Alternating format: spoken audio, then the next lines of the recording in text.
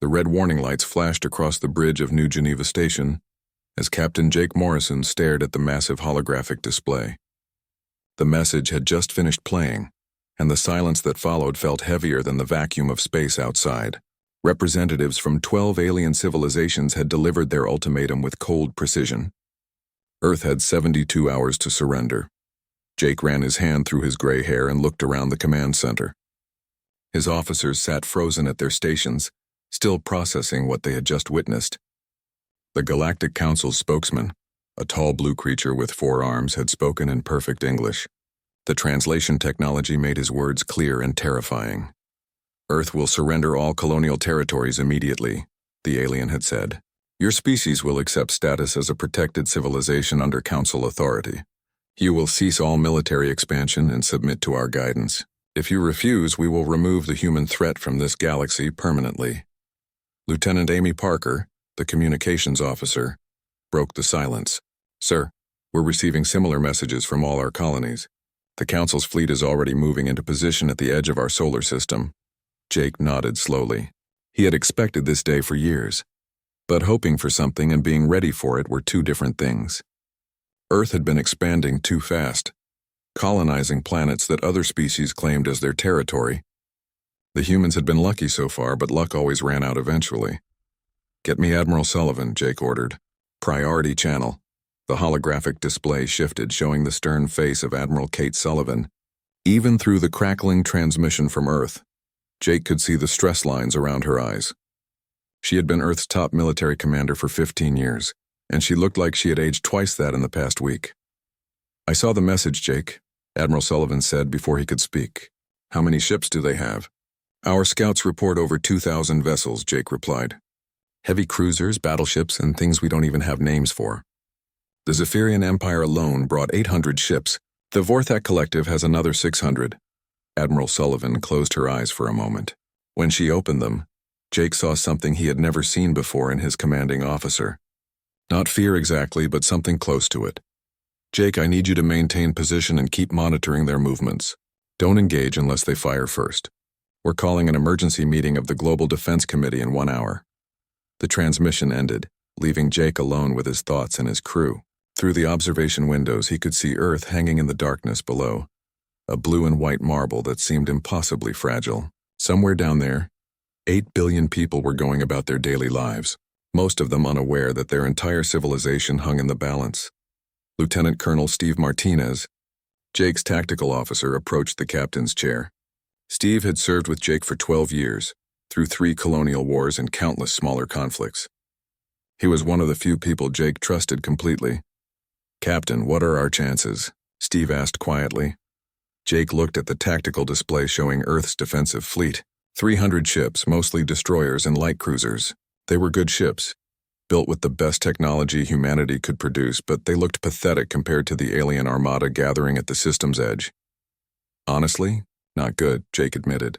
"We're outnumbered almost 7-1, and their technology is centuries ahead of ours. If it comes to a straight fight, we'll last maybe an hour."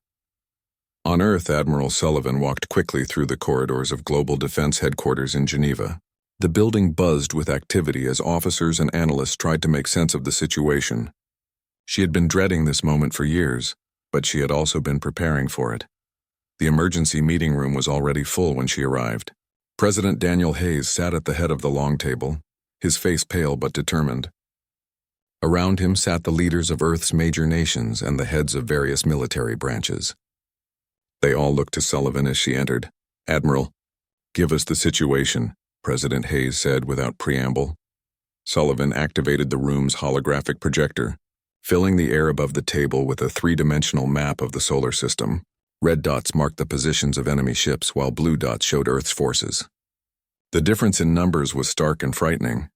"The Galactic Council has positioned a fleet of approximately 2,000 ships at the edge of our system," Sullivan began. "They're demanding complete surrender within 72 hours. If we refuse, they've promised to destroy every human settlement in space and bombard Earth until our civilization is eliminated." General Ryan Brooks, head of the Space Marines, leaned forward. "What about our colonies? Can we evacuate them?" "There isn't time," Sullivan replied. "The Council has already surrounded Mars Colony and the mining stations in the asteroid belt. Any ships that try to leave will be destroyed. The room fell silent as the reality sank in. Earth's expansion into space, humanity's greatest achievement, had become their death sentence. The alien civilizations that ruled the galaxy saw humans as upstart primitives who needed to be put in their place. Dr. Lisa Chen, Earth's top scientist and advisor on alien technology, raised her hand. "Admiral, what do we know about their capabilities? Are there any weaknesses we can exploit?" Sullivan hesitated. This was the moment she had been both hoping for and dreading. The secret she had kept for 15 years was about to be revealed, but she wasn't sure if even their hidden trump card would be enough.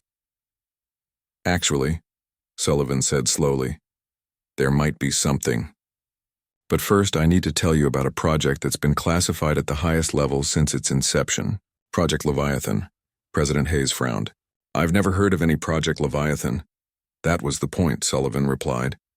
15 years ago, when we first made contact with alien civilizations, I realized that conflict was inevitable. Humanity's approach to expansion and our refusal to accept limitations would eventually put us at odds with the established powers, so I initiated a black project funded through hidden budget allocations and staffed by our best people. She paused, looking around the room at faces filled with confusion and growing hope. "We've been building something at Europa Base. Something the galaxy has never seen before. If we're going to survive this, we'll need to show the Council that humanity is far more dangerous than they realize." The countdown had begun. In 68 hours, Earth would either surrender or fight.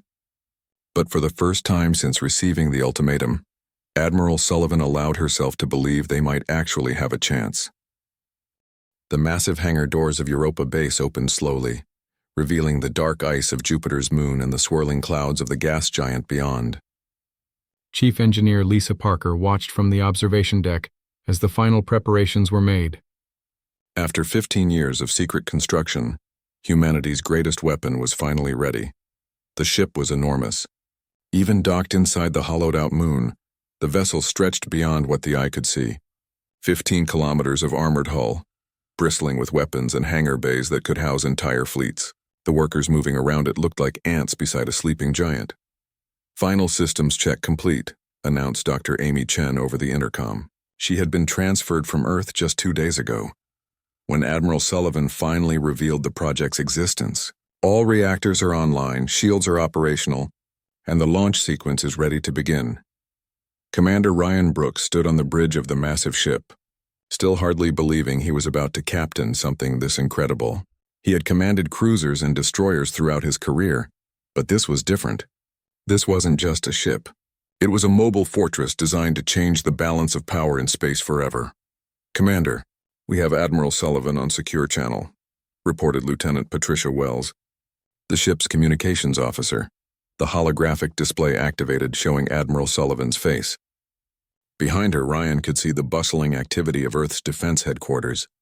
The countdown to the alien ultimatum showed 48 hours remaining. "Commander Brooks, you know why we built this ship," Admiral Sullivan said. "The galaxy thinks humanity is weak, primitive, and easily defeated. They're about to learn how wrong they are." Ryan nodded. He had been briefed on the ship's capabilities, and even he found them hard to believe. The vessel carried 500 advanced fighters, 50 assault corvettes, and 20 heavy frigates. More importantly, it carried weapons and technology that no alien civilization had ever encountered. "Admiral, the crew is ready," Ryan reported. "We have 15,000 personnel aboard, including 3,000 pilots and 10,000 Marines. Chief Engineer Parker confirms all systems are operational." "Good," Admiral Sullivan replied. "Begin launch sequence. The Council's fleet is maintaining position at the system's edge. But our scouts report they're preparing to move closer to Earth. We need the Titans hard in position before they begin their final approach." Ryan turned to his bridge crew.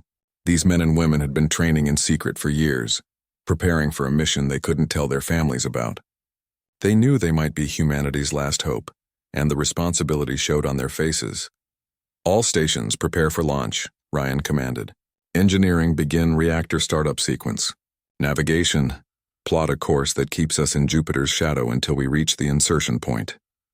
The ship's massive engines came to life with a deep rumble that vibrated through every deck.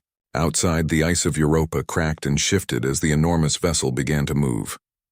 The Titan's heart had been built inside the moon itself, using mining equipment to hollow out spaces large enough for construction. Now, 15 years later, it was finally emerging into space.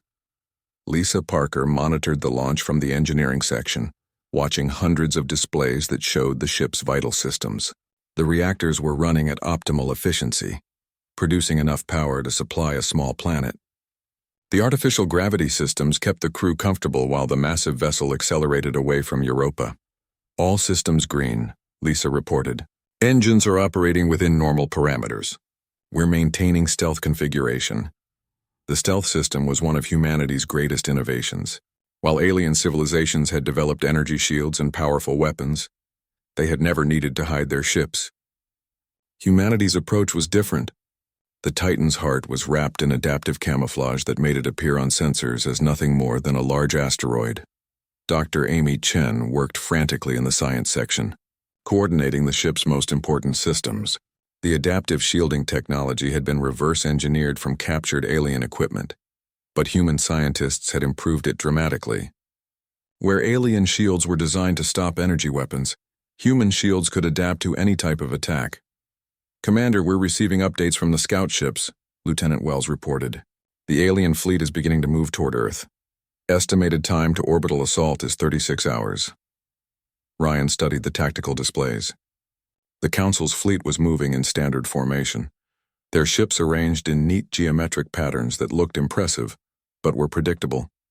Human military doctrine had evolved differently, emphasizing flexibility and surprise over formal battle lines. "Navigation, how long until we reach the staging area?" Ryan asked. 18 hours, sir," came the reply. "We'll arrive well before the alien fleet reaches Earth's orbit." The Titan's heart continued its journey through the outer solar system, hidden among the asteroids and space debris that floated between the planets. The ship's sensors tracked the alien fleet while remaining invisible to their detection systems.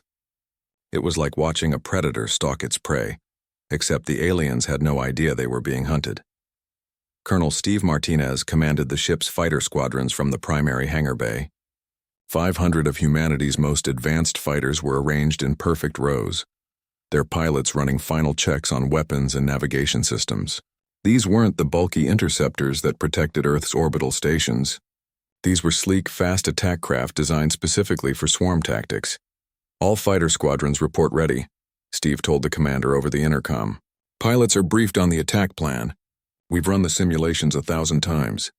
The attack plan was unlike anything the galaxy had ever seen. Instead of the formal ship-to-ship dueling that dominated alien warfare, humanity would employ coordinated strikes using hundreds of small craft. The fighters would emerge from the Titan's heart like angry wasps, each one targeting specific weak points on enemy vessels.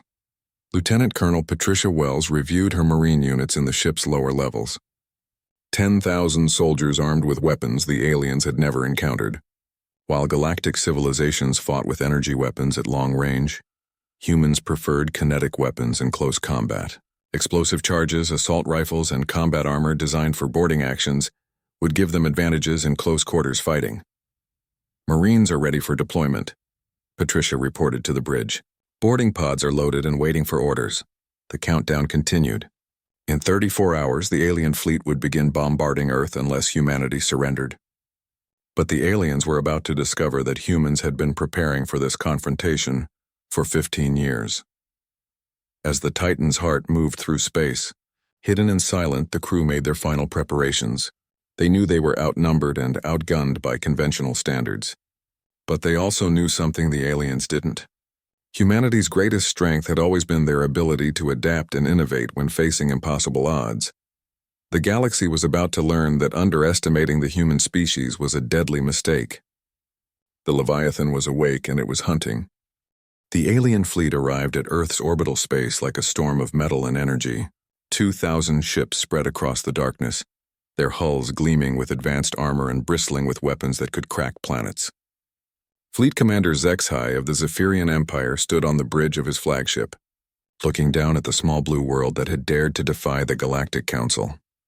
"Pathetic," Zexhai muttered through his translator device. His forearms moved across the control panels as he studied the tactical displays.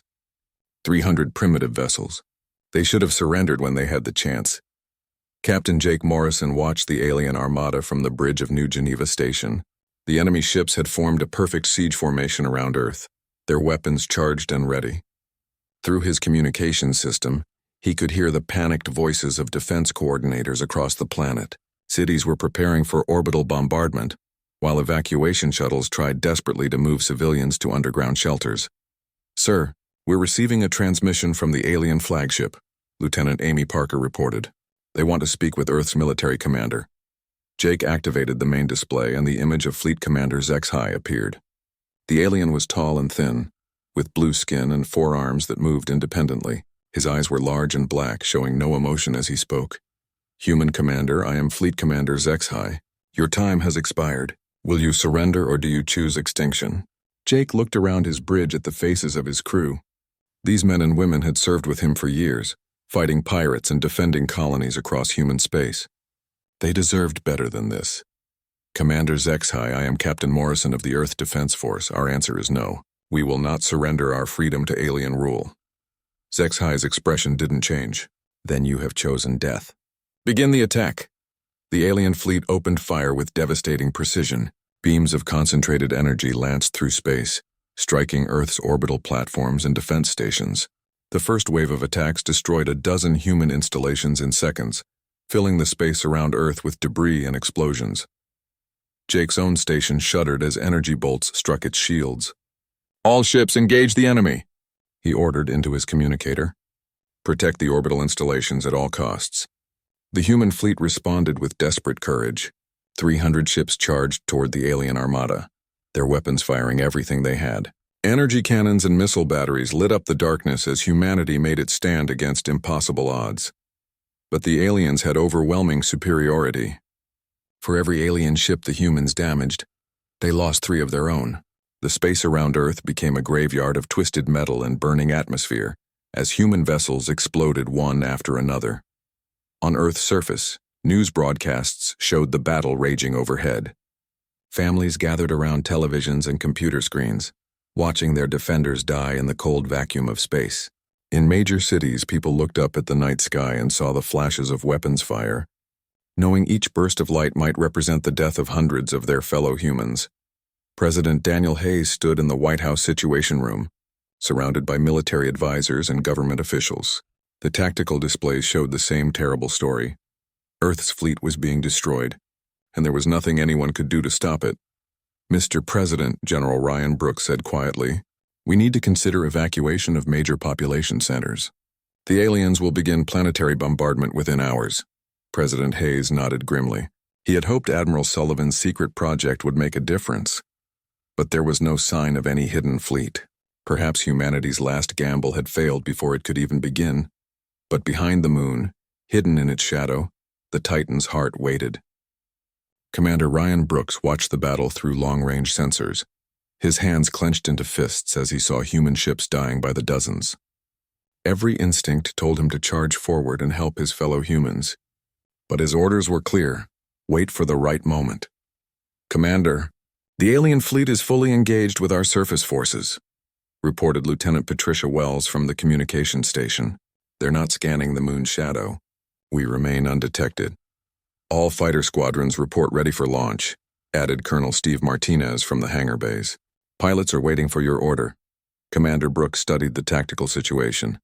The aliens had arranged themselves in a classic siege formation, focusing all their attention on the battle with Earth's visible fleet. They had positioned their command ships at the center of their formation, protected by layers of escorts and support vessels. It was exactly what human military planners had predicted.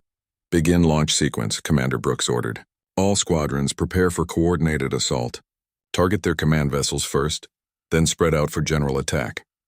The Titan's Heart's massive hangar doors opened silently in the vacuum of space. 500 fighters poured out like a swarm of metal insects, followed by 50 assault corvettes and 20 heavy frigates.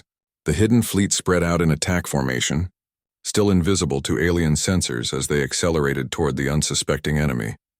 Lieutenant Colonel Steve Martinez led the first wave of fighters toward the alien flagship. His squadron had trained for this moment for 5 years, running simulations and practicing attack patterns.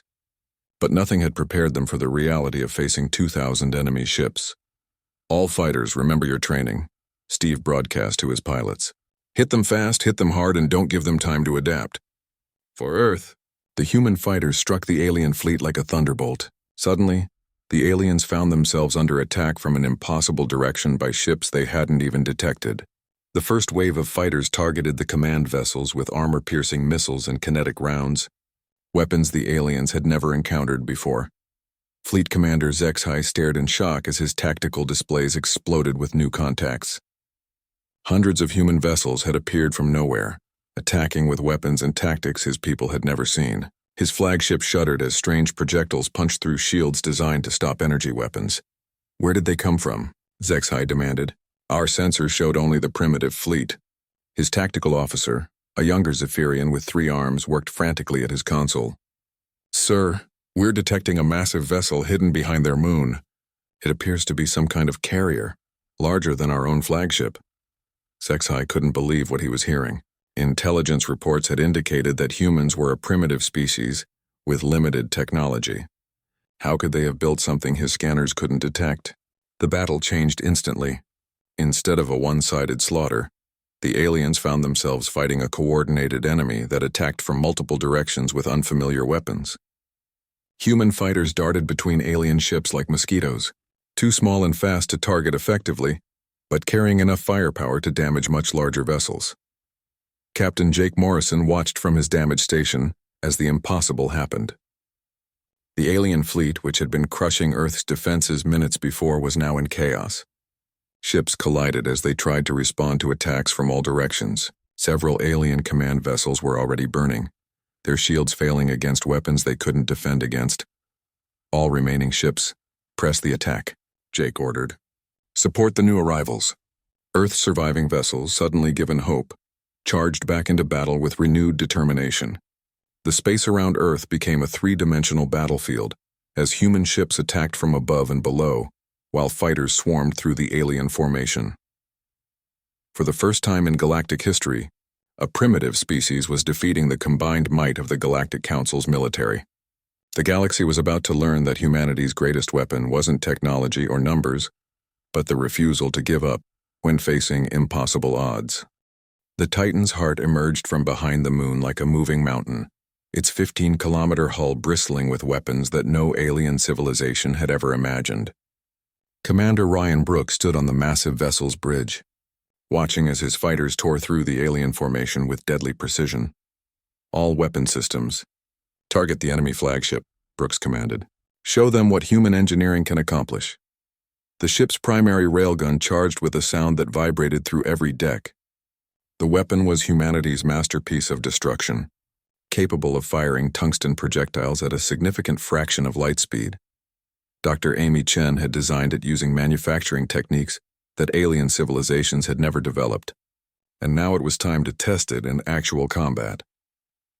Fleet Commander HFY watched in horror as the human supercarrier targeted his vessel. His ship's energy shields, which had protected Zephyrian fleets for centuries, suddenly seemed inadequate against this new threat. The human weapon didn't use energy beams or plasma bursts like civilized warfare. It fired solid metal at impossible speeds. The railgun fired with a flash of electromagnetic energy. The tungsten projectile crossed the distance between ships in milliseconds, striking HFY's flagship with the force of a small asteroid. The alien vessel's shields failed instantly, and the projectile tore through the ship's hull like paper, exiting the other side in a shower of metal and atmosphere. Impossible, HFY screamed as his ship listed to one side, emergency systems struggling to contain the massive breach. Their weapons penetrated our shields. Lieutenant Colonel Patricia Wells led her Marines in boarding pods toward the damaged alien vessels. While the space battle raged around them, her soldiers prepared to show the galaxy another aspect of human warfare that they had never encountered: close-quarters combat. The boarding pods struck the hull of a Vorthak collective cruiser, cutting through the metal with shaped charges and deploying assault ramps. Patricia's Marines poured into the alien ship wearing full combat armor and carrying weapons designed for fighting in confined spaces. The Vorthak crew had never faced enemies inside their own ship. Their training focused on operating energy weapons from control stations, not fighting with explosive charges and automatic rifles in narrow corridors. The aliens fled in panic as human soldiers advanced through their vessel, securing critical systems and taking prisoners. "Control, this is Marine Team Alpha," Patricia reported over her radio. "We have secured the alien cruiser. Their technology is more advanced than ours, but they have no experience with boarding actions. They don't even carry personal weapons." Colonel Steve Martinez coordinated his fighter squadrons as they darted between alien ships like deadly insects. The human pilots had trained extensively in swarm tactics, using their superior numbers and maneuverability to overwhelm larger opponents.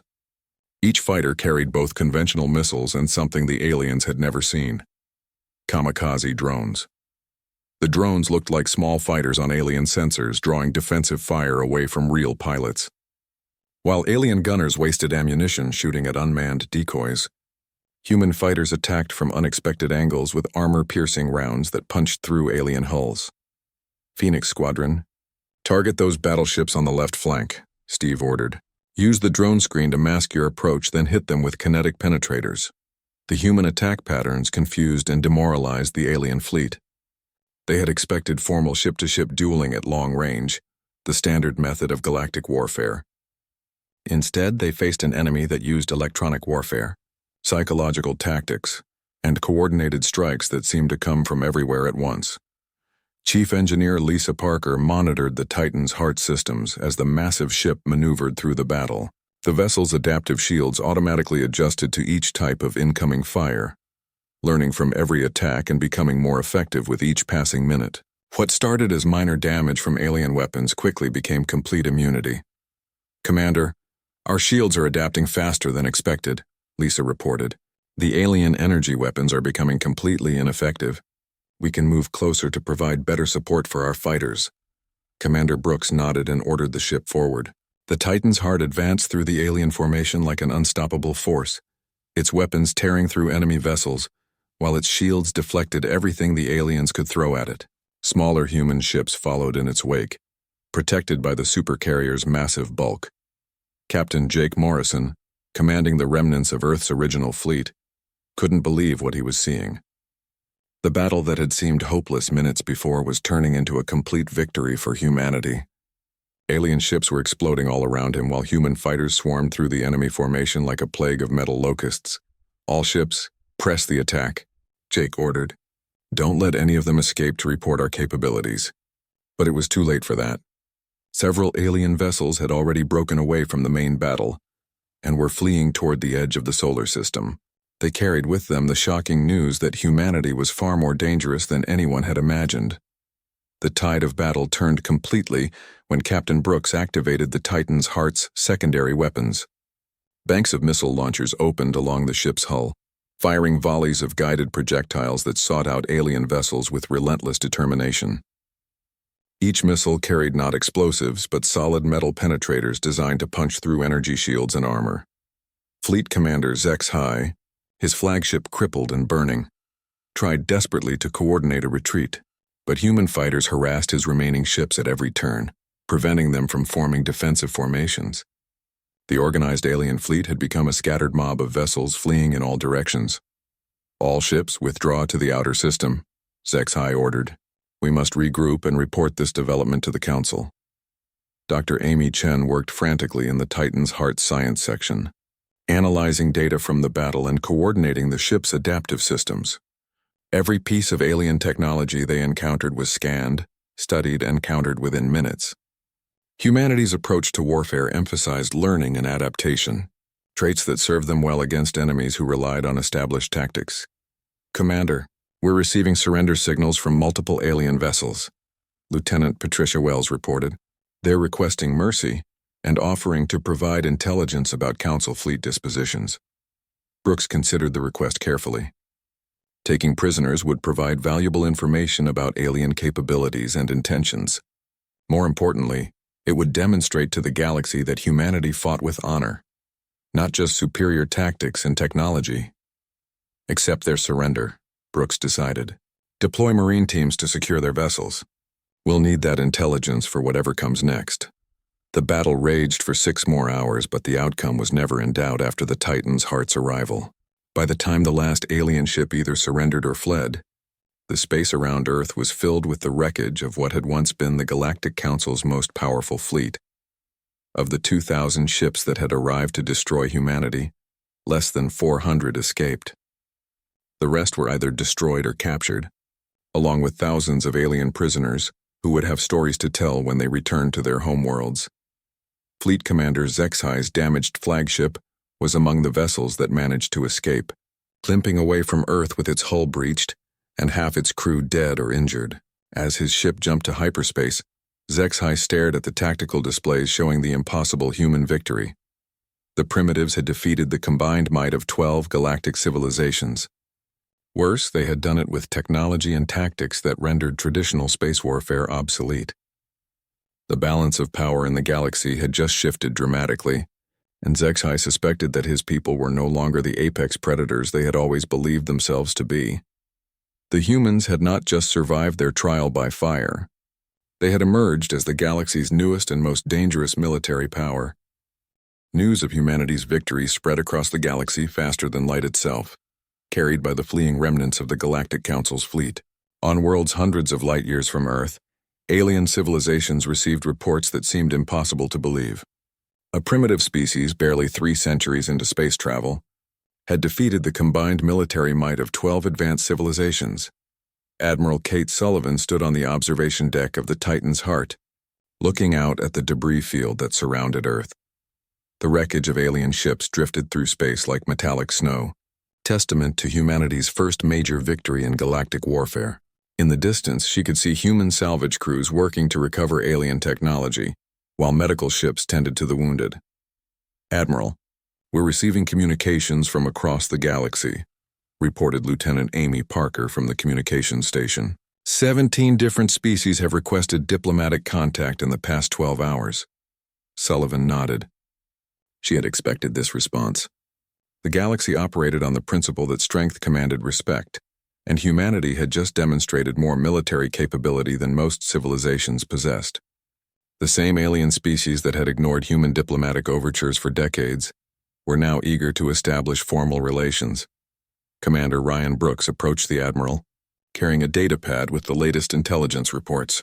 His face showed the exhaustion of commanding a 15-hour battle, but also the satisfaction of a mission accomplished against impossible odds. "Admiral, our intelligence teams have finished interrogating the alien prisoners," Brooks reported. "The information they've provided is illuminating." Sullivan took the datapad and scrolled through the summary. What she read confirmed her worst fears about galactic politics. The Galactic Council wasn't a democratic organization of equal civilizations, as they claimed in their propaganda. It was a protection racket dominated by the most militarily powerful species, with smaller civilizations forced to pay tribute or face extinction. "How many species are under Council control?" Sullivan asked. "Over 300, Brooks replied. "Most of them are forced into tributary relationships, providing resources and technology to the dominant powers. The Andromedans alone have been paying tribute to the Zephyrian Empire for 2 centuries. Dr. Amy Chen joined them on the observation deck, her arms full of technical reports and analysis documents. She had been working non-stop since the battle ended, studying captured alien technology and comparing it to human innovations. "Admiral, I've completed my analysis of their weapons and defensive systems," Amy reported. "Their technology is more advanced than ours in many areas, but they've become complacent. They haven't had to innovate or adapt their military doctrine for hundreds of years." Sullivan studied the technical reports with interest. Human technology might be younger and less refined than alien systems, but it incorporated lessons learned from constant conflict and innovation. While alien civilizations had enjoyed centuries of stability under Council rule, humanity had been fighting wars and developing new weapons continuously. Captain Jake Morrison arrived from New Geneva Station aboard a transport shuttle, his uniform still bearing scorch marks from the battle. He had volunteered to serve as Earth's representative to the diplomatic talks that would inevitably follow humanity's victory. "Admiral, President Hayes has authorized me to negotiate with the alien delegations," Jake announced. "What are our terms going to be?" Sullivan considered the question carefully. Humanity had won a single battle, but they were still vastly outnumbered in the galaxy. The key was to use their victory wisely, establishing Earth as a power that couldn't be ignored while avoiding unnecessary conflicts. We don't want to rule the galaxy, Sullivan decided. We want to be left alone to develop and expand at our own pace. But we also can't ignore the opportunity to help civilizations that have been oppressed by the Council system. The first diplomatic contact came from an unexpected source. The Andromedan Republic, one of the oldest civilizations in the galaxy, sent a secret envoy to Earth requesting a private meeting. Lieutenant Colonel Patricia Wells escorted the alien diplomat to a secure conference room aboard the Titan's Heart. The Andromedan was tall and thin, with pale blue skin and large eyes that seemed to hold centuries of wisdom and sadness. She spoke through a translation device, her words carefully chosen and diplomatic. "I am Ambassador Kellen of the Andromedan Republic," she announced. "My people have suffered under Zephyrian rule for 200 years. Your victory offers us hope that the galaxy's balance of power can be changed." Sullivan met with the ambassador personally, understanding the historic significance of the moment. For the first time in galactic history, an advanced alien civilization was seeking alliance with humanity as equals, rather than viewing them as primitives to be managed. "Ambassador, what exactly are you proposing?" Sullivan asked. "A mutual defense treaty," Kellen replied. "The Andromedans have advanced manufacturing capabilities and scientific knowledge that could benefit humanity. In return, we would like access to your military innovations and protection from Zephyrian retaliation." The negotiations continued for days as more alien delegations arrived at Earth. The Kepler Mining Consortium offered exclusive trade agreements. The Centauri Federation requested military advisors to help modernize their defense forces.